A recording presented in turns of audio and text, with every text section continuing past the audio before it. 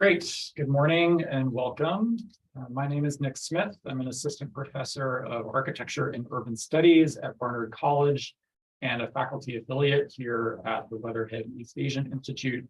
And it is my distinct pleasure to welcome my friend and former colleague, Associate Professor Chin-Hao Huang, who is a professor of political science at Yale-NUS College in Singapore. Works on a variety of topics related to China's foreign relations, international relations in East Asia, and international security more broadly.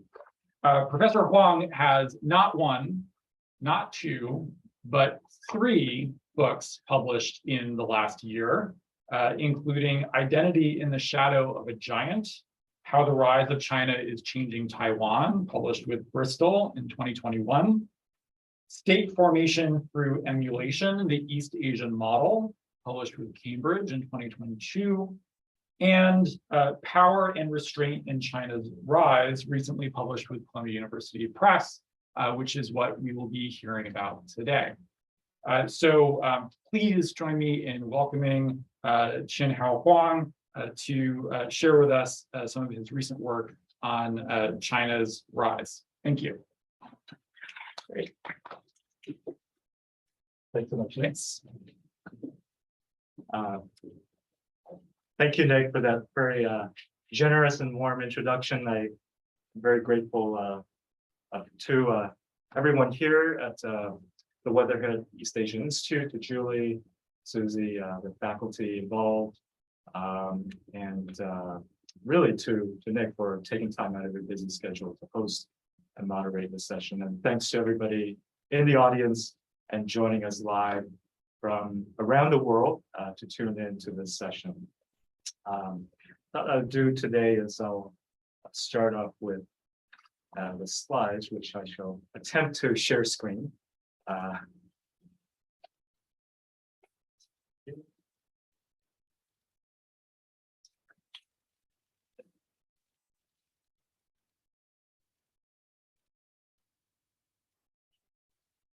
This one. There. All right. So the title of the talk today, I sort of structured a little bit to curtail to the audience, since we are in the United States, and I wanted to touch a little bit on sort of some of the findings that have some implications for the United States as we think about the role of the United States in the Indo-Pacific and the Asia-Pacific, what China's rise means, and Southeast Asia security, particularly in a conflict in the South China Sea. So what you're about to see and hear is a sort of a snapshot of some of the key arguments of the book, Power and Restraint in China's Rise. And I've taken a particular chapter out of the book to kind of flesh out some of the theory, the argument, and the evidence, and we can have a discussion shortly thereafter. So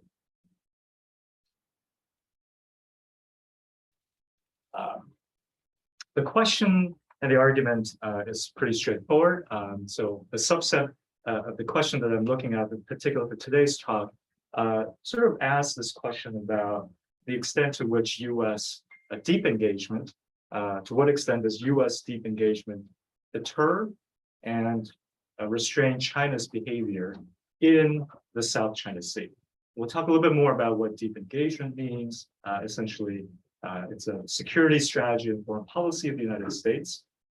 How well does it actually constrain and deter China from its unilateral activities in this very contentious maritime dispute in the region? I'll give you a couple points to flesh out right off the bat what are some of the key points of the argument.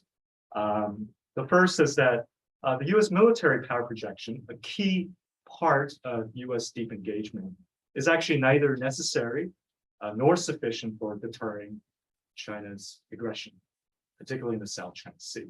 That's sort of one of the key points that you'll be hearing throughout this presentation. The second point, and related to that, is that the collective influence of regional alignment of policies, of security policies, by countries in Southeast Asia through the regional security architecture known as ASEAN, the Association of Southeast Asian Nations. Right? The collective influence of ASEAN is actually more effective in inducing China's restraint. So that's sort of the second main point in the argument for today. And you'll see sort of why and how that actually occurs. And the third point is the notion that deep engagement, this US policy, its multiplier effect is actually observed when it is aligned with this regional organization, ASEAN's threat perception of China.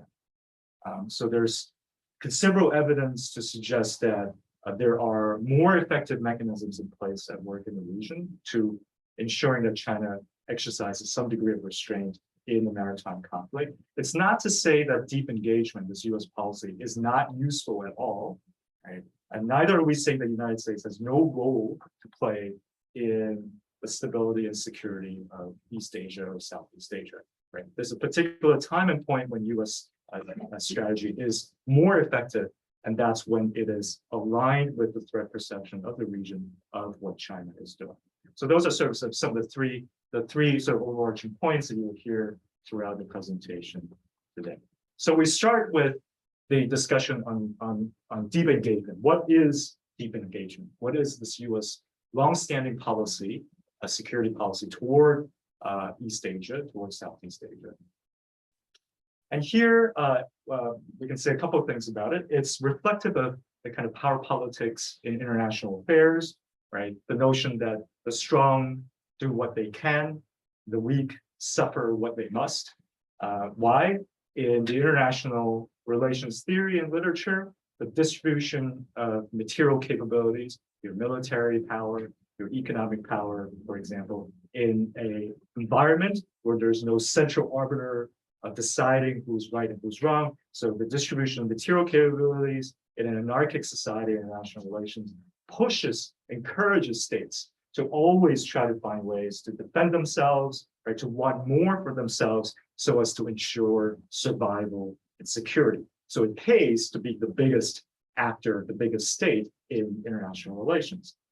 Weaker states, right, the smaller ones, of course, then especially potential adversaries or rivals, are kept in check by the larger states' more powerful material capabilities and strength. So if you think about the US and China, US is still obviously the more dominant country and more assertive dominant country, the single superpower, of course, currently in the international system. So it relies on its material advantages, a superior military, its much larger economy, to use those material benefits to pressure and to make sure that China does not do things that would be in contrary to US interests. So that's sort of underpinning the logic of US deep engagement, that it would rely on its excessive material strengths to make sure that there is some degree of constraint and restraint on the other side. What does this mean? More specifically, it provides some degree of offshore security of US interests in the region, right? What does this mean exactly? A continuous US forward troop or military presence in East Asia, in Southeast Asia, underpins fundamentally this logic of deep engagement. Right? This is the notion that the logic of consequences, deterrence, that capitalizes on US military power projection capabilities around the world, makes us safer and makes the region, of course, then more stable and more secure. It also addresses the problem of inefficient balancing, which we could interpret or explain that to be that smaller states, Southeast Asian countries, left to their own devices and own disposal, will build suboptimal military postures.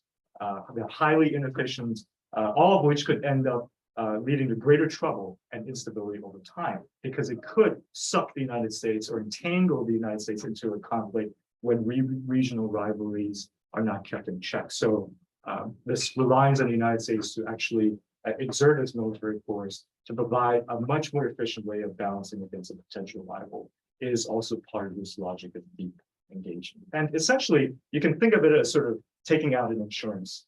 The presence and constant patrol of United States robust military force is sufficient to give other countries like China pause, especially for a country like China, for trying to upend, overturn the current unipolar moment where the United States is the major dominant player, right? It gives them some sort of pause without giving due regard to U.S. preponderance of power.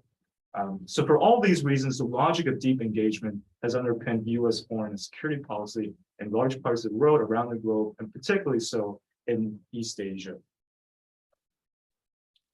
That sounds all fine, but of course, there are many problems with the logic of deep engagement as well. It is one way of looking at how states promote their own security. But like most theories of international relations, this is a very elegant quote and critique by Robert Jervis, a very renowned scholar of international relations, right here at Columbia, who unfortunately is no longer with us. But he coined this idea of sort of critiquing the logic of deep engagement and why that's potentially very dangerous. It is grounded in the experience, Jervis says, culture and values of the West. Right? Deterrence theorists, which underpin the idea of the logic of deep engagement, usually assume that while countries differ in the goals they seek, they would see the world in the same way. Right? So countries in Southeast Asia, they have a different security preference or strategy, but eventually they're going to come around and see the world the same way the United States does. Right? And so they would also support U.S. Deep engagement policies, one that relies excessively on a strong military posture and strong reliance on U.S. military assets to provide peace and security in the region. Right? So others may hold a strategic doctrine that lags behind the United States, but will eventually come around to the correct way of seeing things, which is that the assumption is that other countries will always have an aligned and similar interest as the United States. So I like showing this graph because it encapsulates a couple of things, and it supports what Jervis was identifying about the problems with logic of deep engagement, a security strategy that relies excessively on military force. Right? Over the last 15, 20 years or so, we see that the regional balance of power in East Asia has shifted very clearly. Japan is no longer the largest economy in East Asia. It has gradually declined. Right? That has been surpassed and replaced by China and China's economy, which has been surging, has slowed down a little bit, but nonetheless, since 2010 has really become the region's largest economy in terms of the share of total East Asian GDP. If you look at regional defense spending, right, what's interesting is as this regional power shift has taken place between China and Japan, most of the countries in the region have also diminished and seen a decline in their military spending and their defense spending over the last 15, 20 years. As a percentage of their GDP, it's now hovering at or below 2%. This is a macro view. If you take a more micro view of some specific countries in the region, right, both allies and non-allies of the United States as well, over the last 15 years, 20 years or so, they've also seen a relatively stable kind of military expenditure in constant 2016 dollars, accounting for inflation, adjusted for inflation. So the only country that has a spike is the Chinese. But all the other countries are relatively stable. So what does this tell us, right? So this tells us a couple of things, right? Is this graph here, right, a function of U.S. deep engagement work? Because U.S. security presence in East Asia, in Southeast Asia, is so strong that that's the reason why countries do not spend militarily, because they feel very safe and secure the United States is around. Or is there something else at work, right? Is it because they have a different interpretation about the regional security dynamics, right? They've seen China's rise for over 2 decades, right? They've surpassed Japan, but they've taken very little action, right, to actually sense any sort of existential threat with this changing of the biggest country in the region, they actually feel that there is not a necessary priority to invest in their military to counter or respond to the rise of China.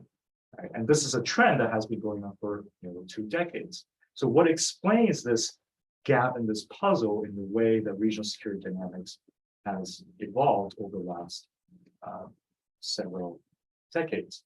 If Southeast Asian countries, right, or most countries in the region are not resorting to their militaries, not investing in their military capabilities to respond to the rise of China, they're not relying on their material assets or capabilities as the first responders to China's rise, then calls for a more interventionist, robust US military presence, military role in the region needs to be considered with caution, because there's a bit of a disconnect between what the US thinks is the right policy for Asia, for security and stability in Asia, and what the region actually thinks is causing any sort of insecurity or instability.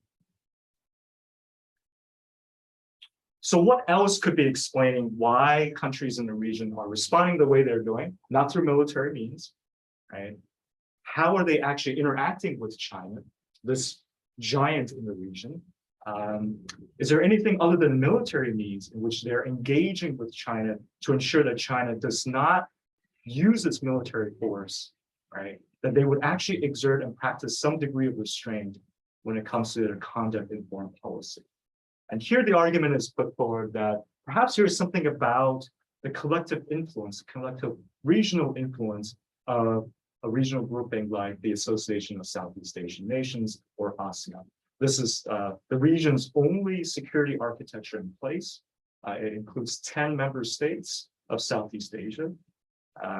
They can range from large states like Indonesia to very small countries like Singapore, right? But also includes continental and maritime Southeast Asian countries. So from Burma, Myanmar, Laos, Cambodia, the Philippines, Brunei, Malaysia, and Singapore. So it's a very diverse collective group of states in the region, but nonetheless, this is the only regional security architecture in place, which brings and convenes all these 10 countries together.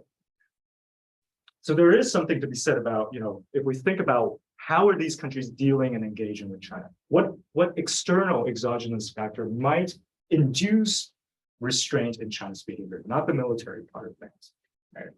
So the argument here draws a little bit on sort of social and political psychology, right? That's specifically sort of in-group, out-group dynamics, right? The more cohesive the views from within the group, within ASEAN, the more persuasive it becomes for those outside the group, so China, right? Why? Because recognition by these 10 member states, by this regional security grouping is an important rationale and determinant for its own identity formation as rising power, and to consider the benefits of pro-social behavior, of conforming to the norms and preferences that the group espouses and prefers, right? This recognition, this sense, desire for legitimacy from others matter a lot, particularly for a country that's rising like China. It shapes its identity, the sense of belonging, the sense of conformity, and over time, there will be greater degree of acceptance of the preferences, the norms, and the values that represent the group, ASEAN's interests. More specifically, the ASEAN norms and values and preferences is one that they're reflective of sort of preferring to resolve conflicts and differences through consensus. So they operate on basis of everybody, all 10 member states agreeing, right? If one member vetoes or does not support, there is no consensus. So they operate on the basis of the consensus. They form this security arrangement in which they emphasize the importance of multilateralism. So no singular state operates on their own individually. It requires the buildup of a strong degree of collective agreement on a particular way of dealing with any sort of security threat to the region. So because ASEAN is the only regional security architecture, there's a high audience cost, right, for China to ignore and deflect what ASEAN says. Because any decision, any norms that come out of the group commands a region-wide support. Right? So this is an entity that relies excessively on It's a diplomacy-centered organization, right? They emphasize the importance of a deliberative process for reaching any conclusion. And so there is the sense that there is strength and unity when their collective security outlook is aligned. Right? And that's an important aspect to consider. So this sort of how the region views security matters matter a lot to China's rise, because ASEAN's collective action is aimed at improving any sort of security dilemma. It raises the stakes for a power like China to continue its activities, especially those that might be more militaristic, without considering the consequences of sidestepping the collective preference of its peers. So in other words, there's a cost, there's an audience cost, there's a social cost for not taking into consideration what your neighbors think is actually the preferred mode of resolving conflict. If everybody says we should resolve the conflict through deliberation and dialogue and diplomacy, you on the other hand want to resolve the conflict through unilateral coercive means, there's a big disconnect. And there's this cost of not being aligned with your neighbors, not gaining kind of legitimacy, acceptance, and recognition. That matters a lot to China and China's foreign policy. So how do we actually test the argument, right? So here, if you recall the logic of deep engagement, right? It's a very simple kind of way to think about it. The cells in the box are basically targets of US deep engagement and the expected behavior of these states in the South China Sea. So if there's a high degree of US deep engagement, very robust US military force, all right, present in the region or in the conflict, we should see that China, because of its fear of any sort of military conflict, will act with some degree of restraint. It won't use its military force as a response, it would actually pare down its own activities. And how would the Southeast Asian country respond when the United States has a high visible level of deep engagement in the region? Well, they would then, the expectation is that they should align with US views and US security preferences, right? This is what the logic of deep engagement dictates. Conversely, if it's low US military presence, then we should see that China would be able to act with free rein, so they would be able to use and capitalize on military activities, act with high degrees of coercion. And of course, Southeast Asian states, without the US there as a security guarantor, would engage in inefficient balancing versus the Chinese. What about the argument for ASEAN unity, right? This collective influence role, this ability to engage with the Chinese through means other than material capabilities.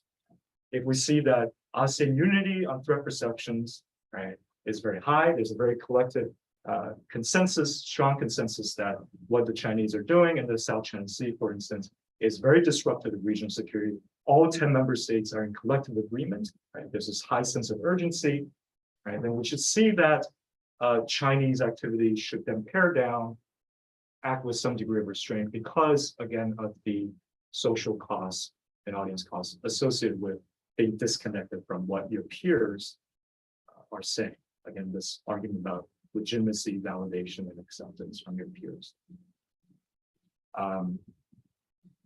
That is the key kind of factor that we should be seeing how and why China would act with some degrees of restraint. What this table shows, though, is that it doesn't matter what US deep engagement level is, whether it's present or invisible. Right? The key causal factor here is going to be about ASEAN unity. When it's high, you should see Chinese response being sort of more cautious and paring down its coercive activities to support a more restrained activity. Conversely, when ASEAN is not united, right, it cannot agree on how to respond to China, how to manage its relationship with China, then the low degree of ASEAN unity is going to mean that China is going to act with higher degree of coercion, right? This is where it capitalizes and cashes in on its material preponderance of power and would act with higher degrees of coercion. Again, the factor of US level of deep engagement would not be a factor in this regard at all because the premise is on whether or not ASEAN unity is low or high.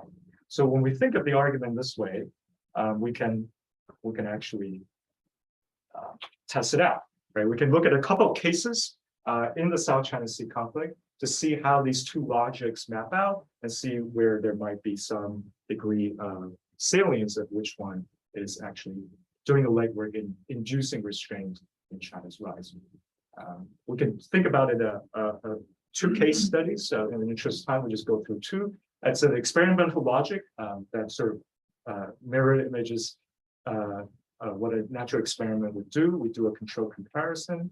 We do two most similar cases to gauge how variance in a key causal factor might explain the difference in the outcome. So the two cases we'll go over very quickly. One is Scarborough-Shoal standoff in 2012.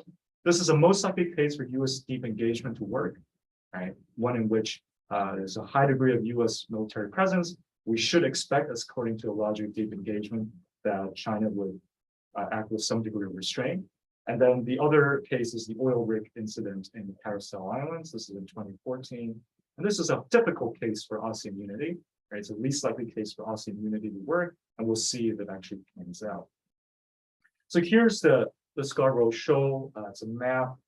You can sort of see how where it is located in relation to all the claimant states in the South China Sea. It's a conflict between the Chinese and the Philippines in 2012.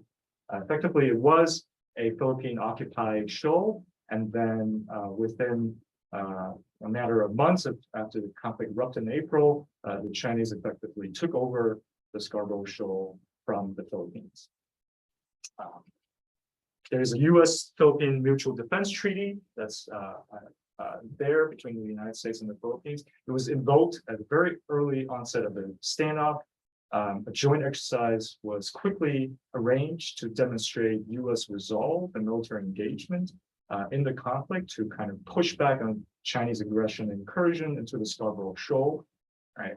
And what the Philippines did was consciously to try to rope the United States in, invoke the defense treaty that they have with the United States, and make sure the United States will be there as a security guarantor to push back on Chinese coercion. Of course, this is then met with the counterbalancing measures and acts from the Chinese, engaging in tit-for-tat measures. So every step that the Philippines and the United States took to raise their military response, the Chinese responded in kind, engaging and doubling down on military activities as well. What's interesting about this conflict is that the United States was heavily involved, right? But the Philippines decided that the track they were going to do was not through diplomacy, not through their regional partners, not through ASEAN, most definitely. And so there was a very, very clear lack of consensus within the region about how to respond to this crisis, this Scarborough Shoal, how to respond to China and what China is doing in terms of unilateral actions. Instead, the Philippines put all its eggs in the U.S. basket and tried to engage the United States so that that was the first line of response in dealing with the Chinese in the conflict. We think about the logic of deep engagement again, right? A high presence of the United States should have seen a pared down Chinese reaction, right? We should have seen the region aligning more closely with the United States, but we see that that was not actually the case, right? The logic of deep engagement is actually rather limited. U.S. military involvement was actually not a sufficient condition for deterring or restraining China. Quite the opposite, it actually invited much stronger Chinese coercive responses. And weak ASEAN regional consensus on regional threat perception obviously also exacerbated the conflict throughout the Scarborough Shoal. We take a look at 2014 at a different incident, an oil rig, a clash between China and Vietnam.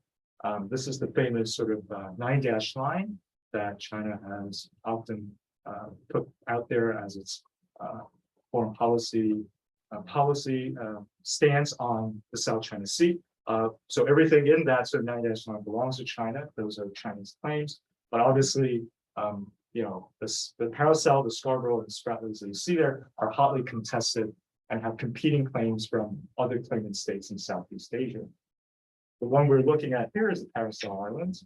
And what happened is that Vietnam was exclusive economic zone. So by its shoreline, it saw a Chinese oil rig planted right at the edge of Vietnam's EEZ, exclusive economic zone. And the Chinese started engaging in oil exploration activities right along the edge of Vietnam's exclusive economic zone. Vietnam was very alarmed by this activity. It was very much an act of aggression in Vietnamese eyes. And so the conflict erupted, where Vietnam then pursued a very different tack from what the Philippines did. It, instead of turning to any sort of external security partner, it rallied regional response within ASEAN. It engaged in a joint diplomacy, going through all the 9 capitals within the region, right, to make sure that they're all on board in supporting Vietnam's concerns about what the Chinese are doing in the Parasol Islands. Within weeks, really after the conflict broke out, Vietnam was very, very swift in trying to engage in regional diplomacy. There's a very close alignment of the threat perceptions of Chinese activities. And what's important to recognize here is that even Laos, Cambodia, Myanmar, countries that don't necessarily have a dog in this fight, right, also supported, right, what Vietnam was proposing, which is a strong collective response, condemning Chinese unilateral activities that change the status quo. This collective strong response from ASEAN then led to the withdrawal of China's oil rig ahead of schedule and a resumption of negotiations on the code of conduct, a regional security norm that's meant to diffuse tension, that's meant to put in some sort of regional security norm in place to manage any sort of future conflict and instability in the South China Sea. So it encouraged the Chinese to come back to the negotiation table, to draft a timeline and draft the substantive content of this code of conduct. And the last important point to notice is that the U.S. involvement throughout the China-Vietnam conflict and the oil rig incident was virtually absent. So the U.S. had zero role and involvement in this conflict. We think about the logic of the collective influence of regional unity, ASEAN unity. This is a difficult test case, right? Because it's very hard for all 10 member states to collectively come together to agree on something. But this actually did happen. It multilateralized the conflict, and it enmeshed China further into the regional preferences for dialogue and diplomacy, right? What is important to notice, as we mentioned, is that there was a de-escalation, a clear de-escalation without any sort of visible U.S. military involvement at all. Right. So if you think about the logic of U.S. deep engagement there, low, right, very, very virtually absent U.S. military engagement should have seen, right, Chinese coercion, should have seen an inefficient balancing vis-a-vis the Chinese by Southeast Asian states, but that was actually not the case. It was the opposite. So what?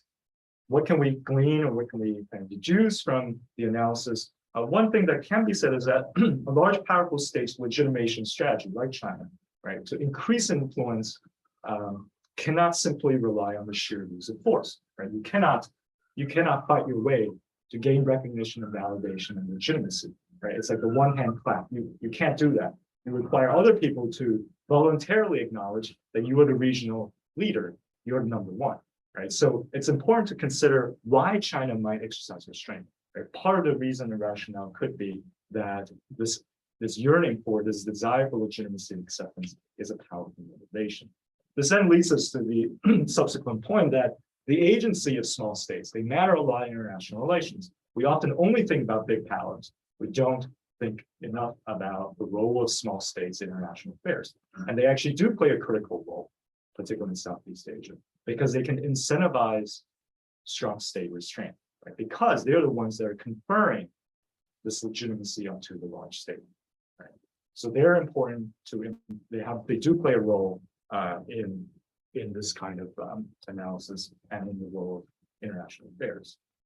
So what can we say about whether their expectations of whether or not China would conform to international security norms, to international security expectations, anything from arms control, denuclearization, to even climate change issues, right? And other issues beyond South China Sea. Their adherence to these kinds of norms is more likely when these norms command widespread support among its peers. And that's the key precondition, right? That's not just a sort of a norm that is formed by the United States or European Union, right? As important as that is to kick off that process, right? If that norm or if that preference has the buy-in from a large swath of developing countries as well, then you're more likely to see support from China as well. And of course, lastly, this notion of the force multiplier effect of U.S. student engagement. Again, it's not to say that U.S. has no role to play in the region at all, right? In fact, it does. But we need to recalibrate and rethink sort of when the United States is going to be more successful, more important in supporting regional security and stability. And that's when it actually takes into consideration the Southeast Asian states' threat perception and security preferences, so that when these are all aligned, then we see that U.S. deep engagement has a much more effective multiplier effect in providing security and stability in East Asia. Great. Thank you for your time. I will now take some questions, and I think Nick will come back and moderate the session. Thank you, one and all.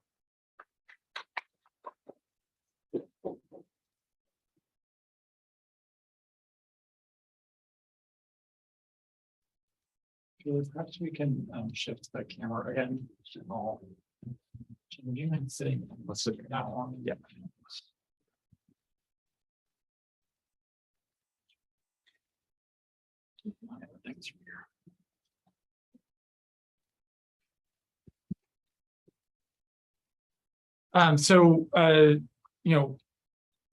Thank you, Chin, for that very interesting talk. Want to invite everybody in the room, but also on the Zoom to offer some questions in response to the talk. As you sort of formulate your thoughts, I've got a couple of questions of my own just to kick things off. One of the things that I was thinking about as you were giving your talk was sort of the implications of all this for U.S. foreign policy, right? It's the sort of the perspective that you've provided in terms of sort of consensus building in ASEAN and sort of pushing back a little bit, not totally discounting, but pushing back a little bit on U.S. deep engagement and sort of the projection of military force is quite contrary, certainly to political rhetoric in the United States and to a large extent to actual practice, right? And so, I was thinking in particular of another flashpoint in East Asia right now, right, that's in the news, which is Taiwan. And I'm wondering what your findings sort of have to say about what U.S. policy should be in response to, a situation like Taiwan.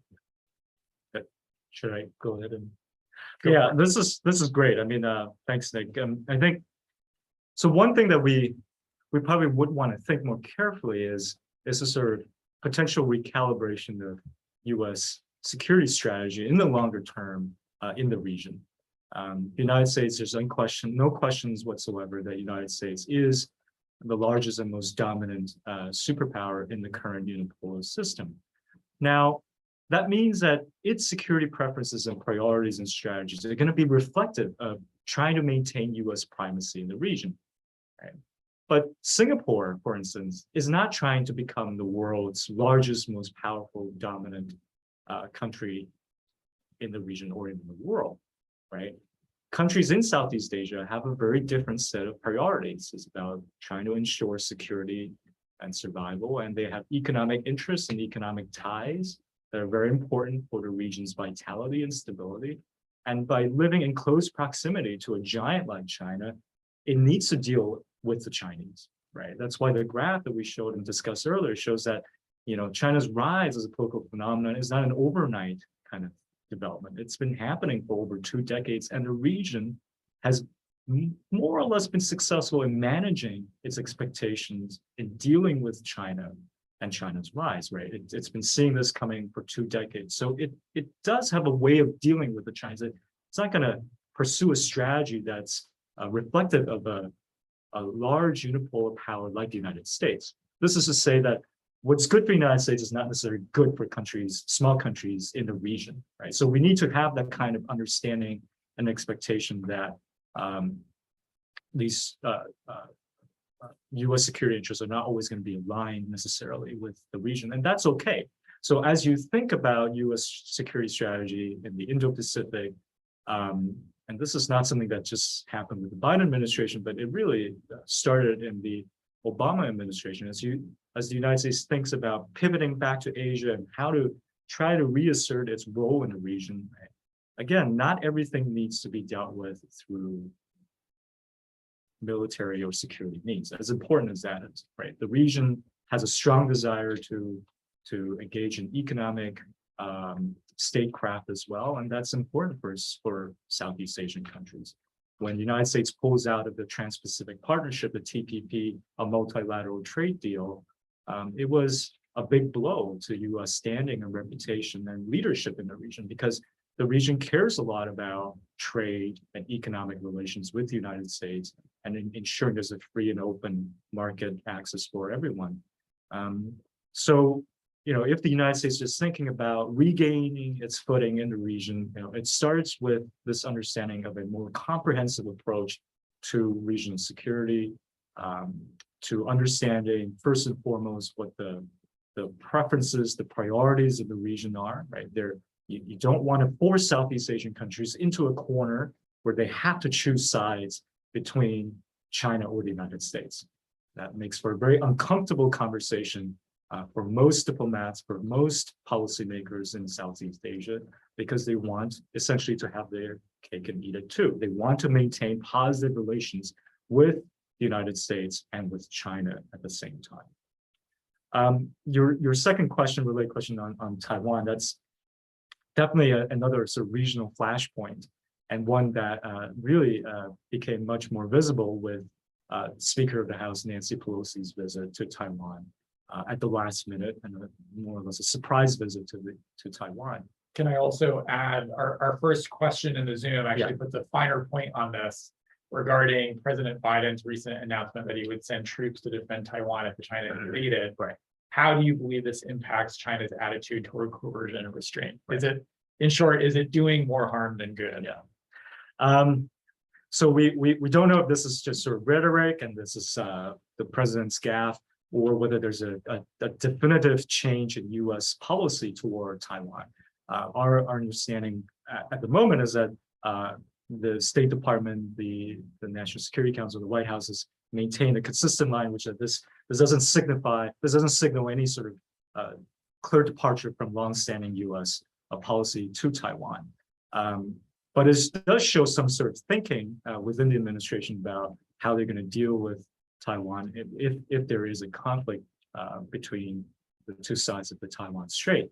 My view on this, if we're thinking about the logic of the argument of the book about restraint and how do we get one side to exert some degree of restraint in the foreign policy, not use coercion, but to engage in dialogue and diplomacy, it's important that, again, this is not a U.S. go-it-alone approach to dealing with Taiwan, as important as the United States is to Taiwan's security. We want to ensure that any sort of potential change in U.S. policy toward Taiwan actually has the buy-in and support from U.S. allies and partners in the region, right? If the U.S. is going to unilaterally decide to change the status quo, which it could be doing if it does double down on its decision to alter its policies, then this is one the region has yet to fully accept and internalize, right? Even the United States' closest ally on this security matter, Japan, has not embraced fully a formal change in its policy toward Taiwan. So unless you have South Korea, Japan,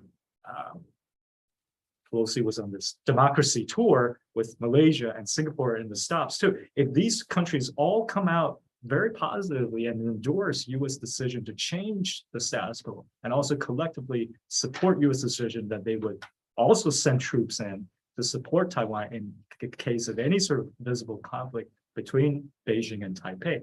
Unless you get that, this policy may actually, have unintended consequences that could spiral into a deepening security dilemma that would add very little positive momentum to already very unstable U.S.-China relations. Taiwan is a very important matter for the People's Republic of China. And so, if the Chinese leadership begins to see that, well, the United States may announce this potential departure in policy, but nobody in the region has signed up for it, right? They can capitalize on this disconnect between Washington's policies and regional security policies and try to drive further wedge into this very unstable and volatile flashpoint. And this would actually cause more disturbance and trouble to the region than you may expect. So, all right, if we could switch gears a little bit and sort of, if you could talk about how your findings might extrapolate out to other parts of the world, and to what extent this argument is unique to China and the way that China sees itself and projects its power. And I'm thinking in particular of, obviously Russia and the war in Ukraine, where, there has been a very high degree of unanimity in the international community condemning these actions, condemning the invasion, and a relatively high degree of restraint in terms of Western military projection, right? A lot of military support for the Ukrainians, but not, any actual military presence on the part of Western countries. And yet, Russia is still, being pretty coercive. And so is it, I realize that we're sort of like leaving the bounds of the book, but, to what extent do these arguments extrapolate to sort of other contexts? Yeah. That's a good point. So how far can this theory travel beyond the scope of China? This could be a subject of another book to think about.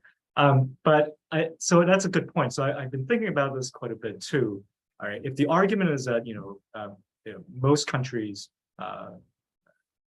care about what others say about them, and this reputation, this yearning for legitimacy and acceptance and validation from the international community is really important, and an important rationale for adopting restraint in foreign policy, then what about Russia? And my sense here is that I'm not a specialist in sort of international affairs of the Caribbean, South America, Sub-Saharan Africa, or the Middle East. I pay more attention to East Asia and Southeast Asia. And here, I think, if we're using the logic of the theory that's in the book about restraint, and when restraint is more likely to happen. So it is true that a lot of countries in Southeast Asia have been quite critical about Russian invasion. And as reprehensible as this act is, seen as a crime against humanity, really, with this invasion, surprisingly, it has not garnered full-fledged support from all of ASEAN, for instance. And this is where sort of material power politics clash with sort of normative interest, human rights values. And this is a perennial struggle that we see in international relations theory and practice. Countries like Myanmar, Cambodia, and Laos have refrained from making a very vocal statement about Russian invasion. And this pullback from these three member states in ASEAN prevented the region from issuing a collective joint statement that was going to be strong, unanimous, and decisive in condemning the Russian invasion from the get-go. So unfortunately, this is sort of realpolitik at its worst, where you see that countries, given their own material interests, they're gonna supersede the collective interests of the international community, of the region, and that prevents them from issuing a tougher stance. And so I think this is probably not unique to Southeast Asia. You could probably see similar instances in Middle East, in Sub-Saharan Africa, or Central and South America as well. And the ones that are clearest and the loudest, obviously, are the ones in Europe and the United States and parts of Northeast Asia. But unless you have a very strong collective approach, I think Russia, and in Putin's calculations, perhaps he can sort of get away with it because he can still count on some degree of support from countries that are friendly and are supportive of Russian interests. So that's sort of my take on that issue. So we have a couple of questions from the audience. We also have one in the Q&A from the Zoom. Why don't we get a question from Dion first in the back? Thank you. I just shout out my question? Sure. Yes, please. Okay. So my question is actually quite similar to Robert's question, but perhaps from another point of view. I would like to ask, to what extent is ASEAN's unity reliable? I think especially you're talking about divisions within ASEAN with regard to Russia. And I'm also thinking with regard to, say, South China Sea, there are many conflicts within ASEAN itself, many disputes between ASEAN states on South China Sea territories. Yeah. And of course, many Southeast Asian countries, they rely heavily on Chinese investment. So that's another pressure point. And of course, there is still the coup in Myanmar. It's a huge source of conflict within ASEAN itself. So in view of all of this, would the US look at ASEAN and say, you want it to put up a united front against China, but it's unreliable? Well, and so to add on to this and relate it to the question that was posted in the Zoom, I think the question referred to whether there is some strategy on China's part to try to pick off members of ASEAN and split the alliance so there can't be that consensus, right? So I think there's both a question on the from the US perspective about potential fragmentation and also from the Chinese perspective in terms of potential fragmentation. Sure. So these are great questions, and astute observers of regional security and politics would understand the difficulty of trying to get the region on board to get that consensus. And so on the question of whether ASEAN unity is reliable, is pragmatic, it's attainable, it is hard, but it's not impossible, right? And this is where I think we need to pay a little bit more attention to ASEAN and its internal mechanisms and how it derives at any sort of consensus. Right? Again, remember that if you thought the Security Council, is already sort of unpredictable enough, unwieldy enough, because you always have Russia and China vetoing on anything that US, UK, or France, put forward on the table. This is that times two, right? You have 10 member states now, right? And you have countries that traditionally have very close relations, economic, political, security with China. And so it raises the bar of sort of trying to get all 10 member states aligned in their threat perceptions of China. It's difficult. Every word, every phrase, every comma, everything that gets put out in a joint statement, that's a reflection of the collective view of all the 10 heads of state and government of ASEAN when they meet twice a year, is carefully parsed out. There's closed-door negotiations and deliberations. There's horse trading, there's persuasion, there's nudging. There's all sorts of dynamics that are going on to produce that piece of paper and joint statement at the end of each summitry. So we tend to kind of scoff and deflect, this is just another paper and some words on paper. But those words, every clause, every point that comes out of that joint statement is a reflection of the buy-in and support of all 10 member states that decided not to cast a veto, but support collectively what matters most for the security community that is ASEAN, right? So we need to recognize that it's very hard to get to that point. But when it gets to that point, right, it's very powerful because it signals that this is not just a statement from Jakarta, from Indonesia. This is a statement that reflects and commands region-wide support. All 10 member states have signed off on it and support it. And in the analysis in the book, we show that there are about from 2012 to about 2018, 2020, in the span of that sort of 8-9 years, where there are 2 summitries per year, we saw that about 40% of the time, ASEAN was very successful in producing a statement that reflected strong degree of consensus. And the result of that is always when the strong statement comes out, it reflects a collective preference of the group. The Chinese have always responded by backing down and paring down its unilateral coercive activities. Right. Now, why is it only 40 and not 60% of the time? Well, are you a glass half full or half empty kind of person, right? For me, that is important to recognize. If we can replicate those conditions under which China is more likely to then perk up, pay attention to what the region thinks is important and restrain itself, then that's a win. That's important. And the more we can replicate those conditions, the more likely it is that China is going to be more willing to listen and take heed of regional preferences more seriously. Why wouldn't it just sort of continue to double down on sort of salami slicing, divide and conquer strategy? And it does, right? We've seen that it does that with its relations, close relations with select member states. Cambodia usually is the member state that it seemed to be the one that's closest to China in terms of foreign policy interests. But again, you know, in the 40% of the time when ASEAN stands shoulder to shoulder with each other, condemning the Chinese, the Cambodians are persuaded to join with their fellow Southeast Asian compatriots and not with the Chinese, right? So there is, again, within the group of 10, there is also collective pressure amongst each other to take note of what's more important, the interests of the group or the interests of unilateral material interests with the Chinese.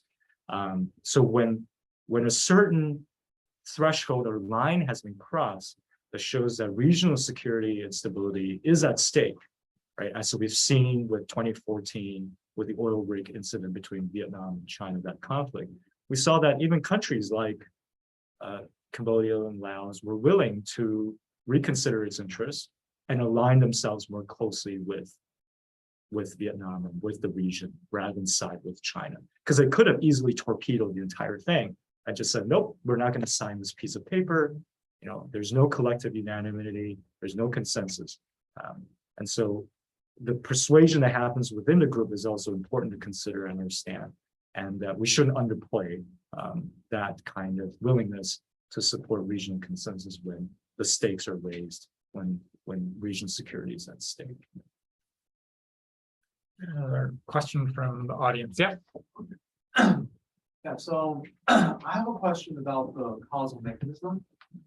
So essentially, China backs down because it seeks legitimacy, which is conferred from these ASEAN member states. So my question is that I think that's a very, very good theory, but are there additional factors? For instance, if there was a very collective stance of ASEAN, and ASEAN is very important to China economically. I think last year was the top trading partner was China, and then was relationships going sour for China with the United States and Europe for many occasions. Yeah. I think it's not just the legitimacy confers, but whether or not a very unified and strong opposition to Chinese interests in the region might do great damage to Chinese interests in itself. And so essentially my question is asking beyond giving legitimacy to the Chinese, do you think that a more important aspect of the Chinese is that a united front signals perhaps a great loss in terms of economic or political power? Does that make sense? Yeah, so I mean, if you think about why the Chinese might consider ASEAN preferences seriously, there's a question of yearning for legitimacy, but that's important. That's more of a political, diplomatic question. If they ignored or deflected ASEAN concerns, would that also result in economic loss and opportunities lost with the region? Sure, that's probably part of the concerns and calculations within Chinese decision-making processes. There is a China-ASEAN free trade agreement that's already been put in place. A lot of ASEAN members are part of a new China-led economic initiative trade deal known as RCEP, the Regional Comprehensive Economic Partnership, which was supposed to rival that of the Trans-Pacific Partnership that was a US-led trade deal. So, you know, the economics of it is definitely there and very important. But again, it's about sort of this is all, I would argue that this all fits within the notion of legitimacy and validation and recognition as a responsible leader in the region. And that, again, relies on not just material aspects of Chinese power, but also non-material power, which is sort of the more ideational. Are you supportive of the norms and values and ideas that ASEAN represents? The region obviously supports multilateralism in both security and economic areas. And so if the Chinese are really looking to solidify their standing and reputation in Southeast Asia, then it's important that they also acknowledge the importance of economic interests of the region as well. So I had a sort of follow-up question on that regarding this question of mechanisms and sort of how all of these exogenous factors get articulated through the Chinese policy establishment, right? And so as you were talking, I was thinking about my own work, which is, not on foreign policy, but on urban policy. And, oftentimes China is sort of represented or imagined as a sort of like policy monolith, right? It's just like Xi Jinping says, like, what it's going to be, and so it is. It's not to say that Xi Jinping doesn't have a lot of power over Chinese policy, but it's sometimes referred to as fragmented authoritarianism, Yes. right? The bureaucracy is fragmented. And so there's obviously the military establishment, foreign policy establishment. So do you have a sense of sort of how all of this gets articulated through the sort of like different interests that are inside of the Chinese government?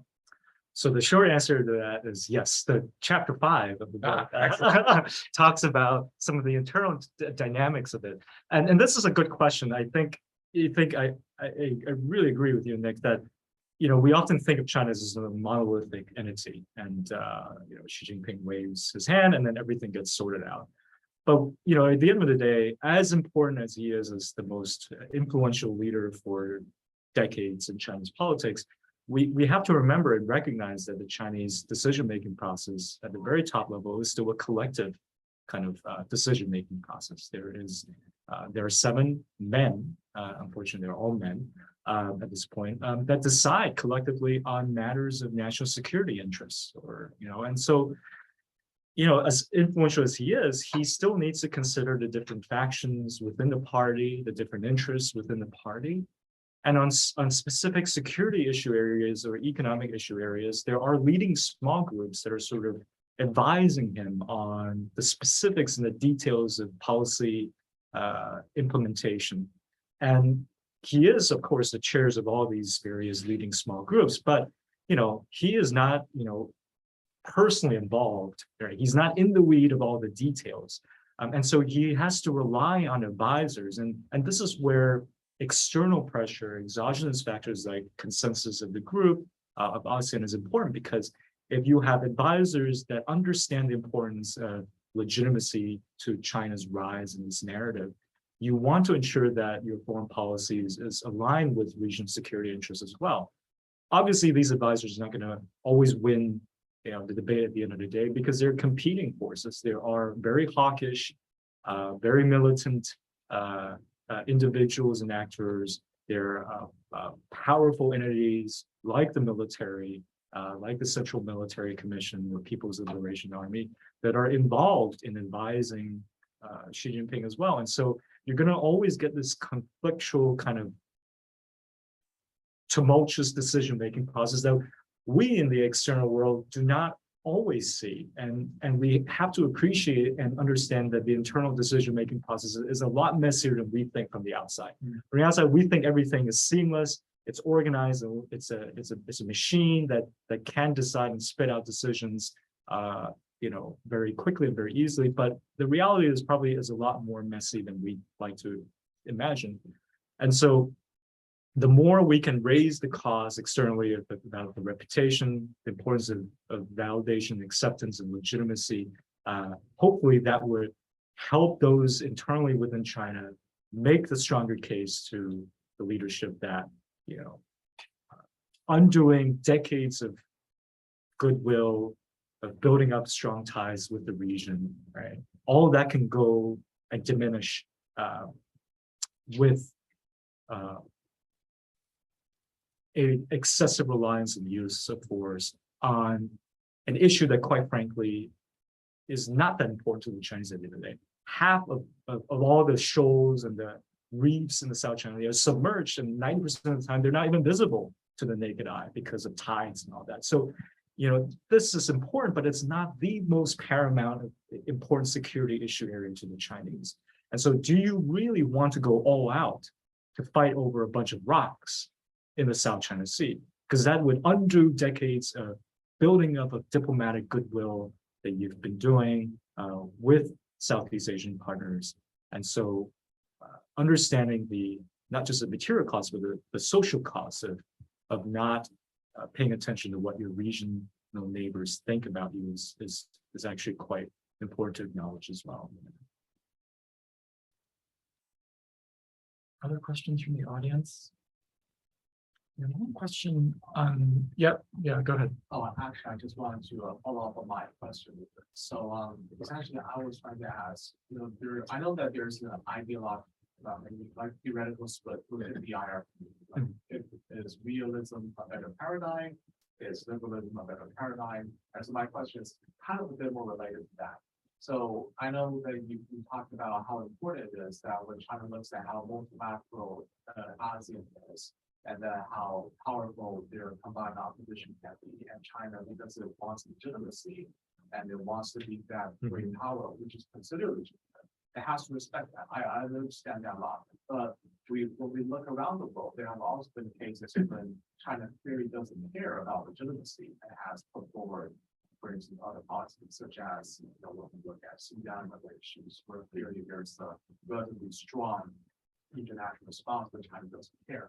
And so essentially my question going back to ASEAN is, can we say that legitimacy is really the key factor here instead of some other factor, like for instance, economists said that if ASEAN did not have that kind of economic importance to China, or perhaps some other importance, then China simply wouldn't care about legitimacy or multilateralism as well. Do you think you can say that?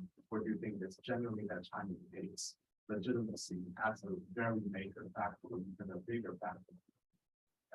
So I would argue that the ideational factors here matter a lot more for a rising power like China's interest. Because if you look strictly only at material issue areas or sort of material aspects of power, right? You essentially see every problem as one that can be resolved through material means, material capabilities, use of force, use of coercion. The argument then for when they would actually pare down is more than a strategic calculation, a cost-benefit calculus, a much more rational based kind of mode of thinking. This is very different from the ideational sources of restraint, which is about accepting and internalizing the preferences and norms of the international community, of the region of ASEAN. And so when it exercises restraint, right, the fact that it has the ability to use its material capabilities, to use force, but chooses not to, right, to embrace a very different kind of foreign policy paradigm, right, dialogue, deliberation, diplomacy. This is a fundamental change in its foreign policy approach, right?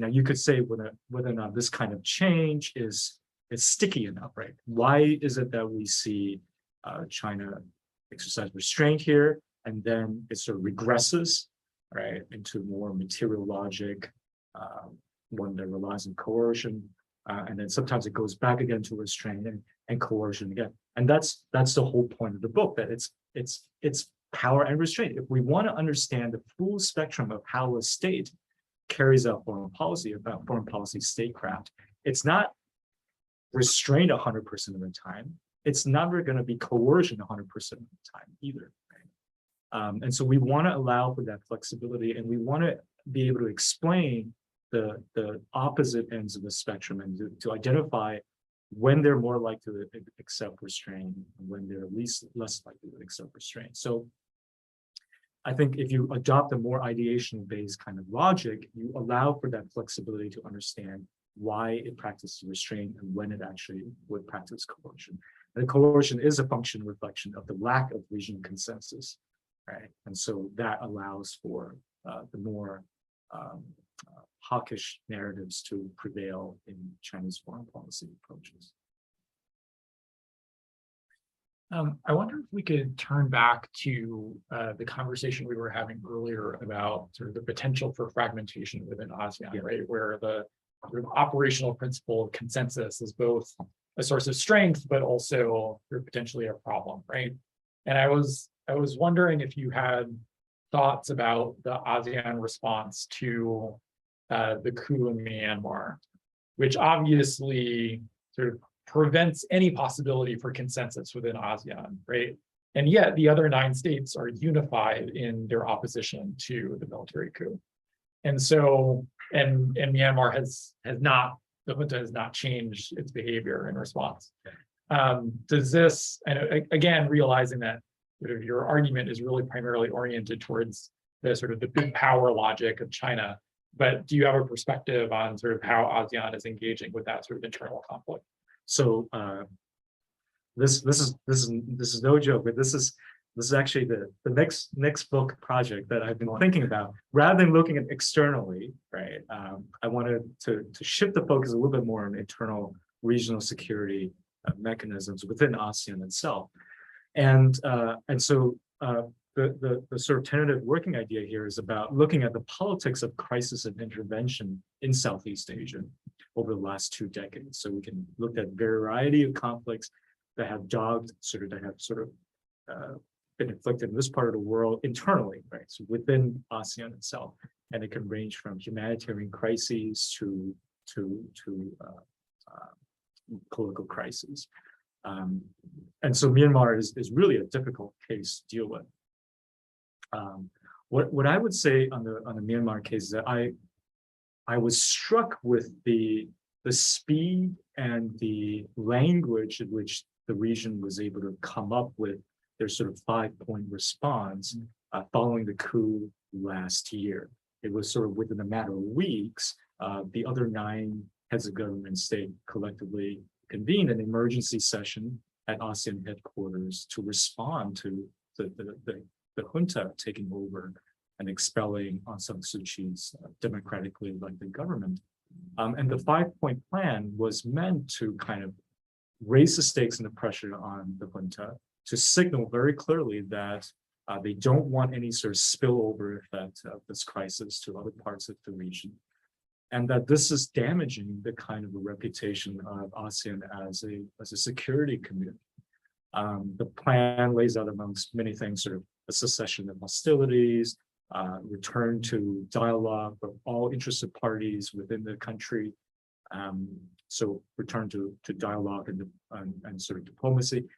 And most importantly, something that we haven't quite seen in a long time, but is a sort of deployment of an ASEAN appointed envoy, a special envoy to the crisis, to engage with the junta, to engage with Aung San Suu Kyi's party, and to engage with the other rebel groups that are in Myanmar, to kind of gradually resolve this conflict and prevent any sort of civil war from happening in Myanmar.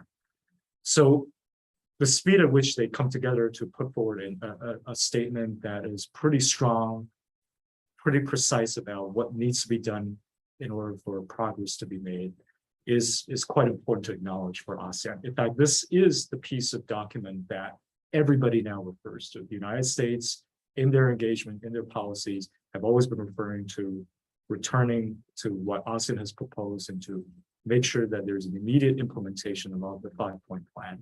The United Nations has also done a similar kind of response, trying to urge everybody to follow through, implement, and help execute this plan that's ASEAN-led and ASEAN-centric. It's been hard, obviously, and the ASEAN response again to Myanmar's failure to follow up with key points in the plan is also quite novel and unprecedented. So they've decided as a group that they would expel Myanmar from the group in the sense that the junta appointed representatives from the Ministry of Foreign Affairs or any senior level members of the junta cannot attend ASEAN-related meetings. And so they've decided that we're going to ostracize and isolate the junta. But we will accept a non-political appointee, non-political representative from Myanmar. So this could be a career civil servant for the Ministry of Foreign Affairs, for instance, that is nonpartisan, that doesn't belong to the junta per se, to continue to be at the negotiation and discussion table. So I think these are relatively unprecedented. We've never seen ASEAN take this step, and for a region that really cares about respecting sovereignty, right, respecting the internal affairs, not interfering in internal affairs too excessively. this is an important step in which ASEAN has intervened that reflects its comfort level, and it's trying to exert maximum pressure without toppling the regime.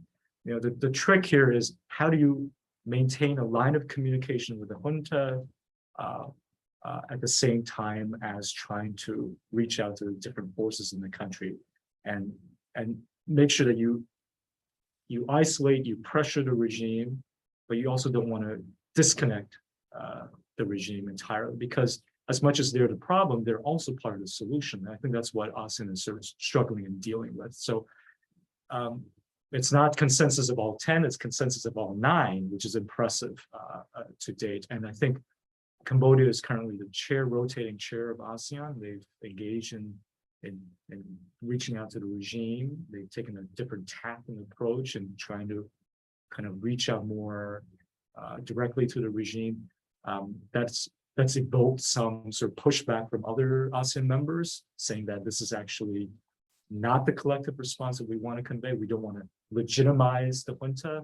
So if you're going to go to Myanmar and meet with the junta, you also need to make a point to meet with the opposition, with Aung San Suu Kyi's party as well. So Cambodia does take that into consideration, and so it's responded to the internal pressures from the group of making sure that the 5-point plan is implemented as closely as possible. After this year, after Cambodia, hopefully the next chair that comes in, I think it's Indonesia, they're probably going to take a much more active sort of ASEAN-centric approach to speeding up the implementation of the plan. But it does open up the question of how far they're willing to go. And so it's something that we'll have to monitor closely. But I do think that there is an opportunity here for ASEAN to experiment with some degree of flexible engagement in its policy that's a bit more active-oriented and reflects, again, the consensus of the group intervening in this politics that reflects ASEAN values and preferences.